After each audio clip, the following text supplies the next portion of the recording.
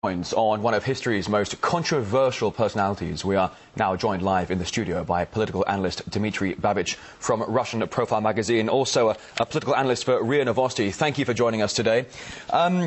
Stalin's cult of personality was dismantled after his death in the 1950s by the communists, but today we're sometimes seeing attempts to glorify him again. Why is this? Well, you rightly said that he was dismantled by the communists. So I remember my childhood in the 70s. You could criticize Stalin in exactly the words that the other communist leaders have chosen for criticizing him. You could not say anything more or anything less. And roughly the same picture, maybe a little bit more liberal one, we had under Gorbachev. You could call Stalin a criminal because Gorbachev called him a criminal. But, I mean, you touched on a point there. Have people forgotten about his crimes and his ruthlessness?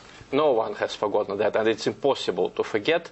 But I think the situation now is closer to normal than it was in the late 80s when he was denounced by the state media, because now people have a real freedom. Those who like Stalin can say what they think. Those who dislike him can say what they think.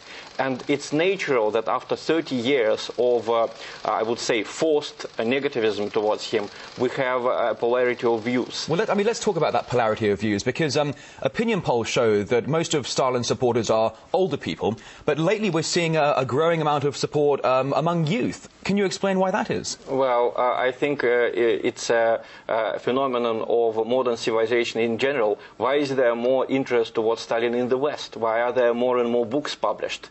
Because modern entertainment industry and modern media doesn't suggest any hero images to people now.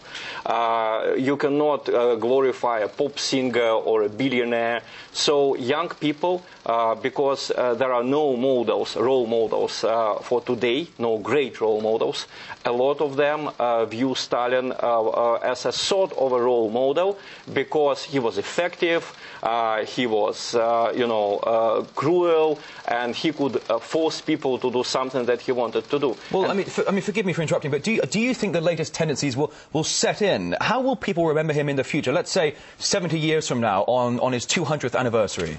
I think they will remember him mostly negatively, but there will always be a minority that will glorify him. The same as we have with Napoleon Bonaparte, or with Alexander the Great, or with many other characters in history.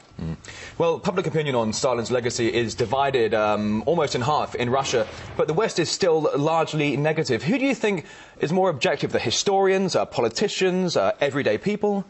I would say a person who knows more and who tells more truth is more objective. You can write a very negative book about Stalin based on, some pulp fiction facts from his private life, as some Western scholars now do, and that will be a crappy book.